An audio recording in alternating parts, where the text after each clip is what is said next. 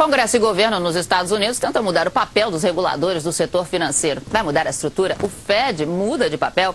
Celso Grise, do Instituto Fractal e da Faculdade de Economia da USP, está no nosso estúdio em São Paulo. Professor, muito obrigada por conversar com a gente. Essa tentativa do Congresso americano e também do governo americano, eles mesmos com propostas bastante diferentes, mas várias propostas aí no sentido de mudar a forma de como é regulamentado o setor financeiro nos Estados Unidos. O senhor acredita que vai ser possível chegar a alguma mudança? Olha, é um grande prazer, em primeiro lugar, estar com vocês. Um bom dia. Eu acredito que sim.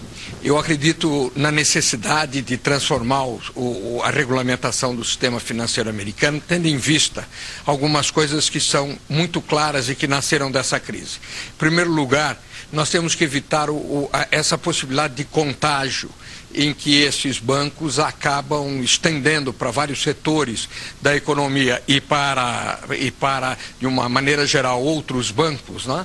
Essa possibilidade de imobilização da economia através da ampliação do risco sistêmico. Portanto, a redução dos seus tamanhos, a sua capitalização, um número menor para o leverage é sempre muito conveniente. Uma das questões aqui colocadas pelo Congresso, uma proposta já apresentada no Senado, é de mudar o papel do Fed, diminuir o papel do Federal Reserve, o Banco Central Americano, exatamente na parte de regular os bancos. Isso é viável? É sim viável reduzir o tamanho do Federal Reserve, mas eu quero dizer uma coisa. Nós temos que, de qualquer forma, aumentar a normatização e aumentar a fiscalização sobre o sistema financeiro americano e sobre o sistema financeiro mundial. Cada vez mais está claro que com esse papel dos bancos de formação de moeda, sobretudo da moeda escritural e através do crédito, ele multiplica fortemente a base monetária e acaba colocando em risco a estabilidade dos sistemas.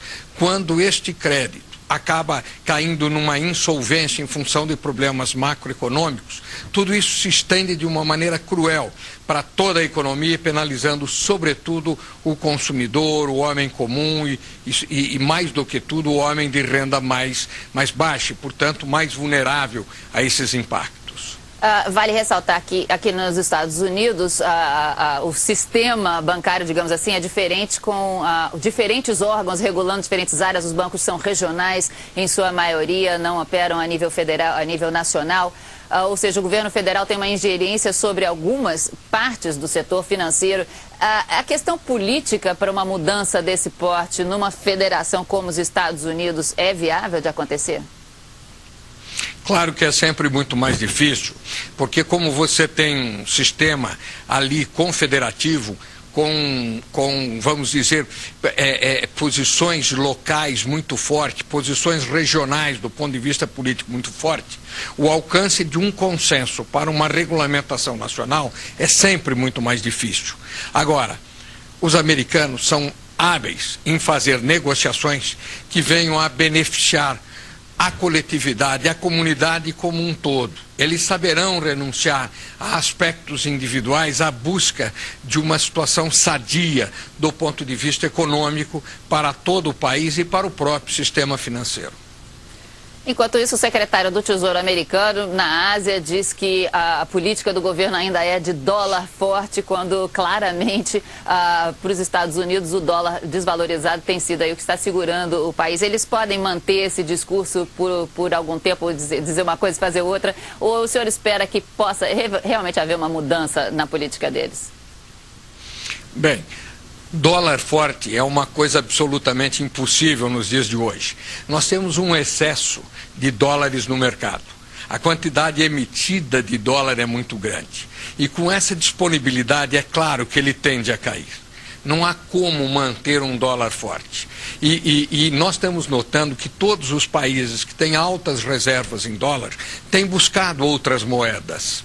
Portanto, o dólar vai passar por um período de descrença, de redução da confiabilidade. A única maneira de recuperar isso é a recuperação da economia americana. Na hora que ela se mostrar vigorosa de novo, o dólar volta a ser entendido como uma maneira como uma moeda confiável e uma maneira de proteção às fortunas quando se aplicados nesta moeda.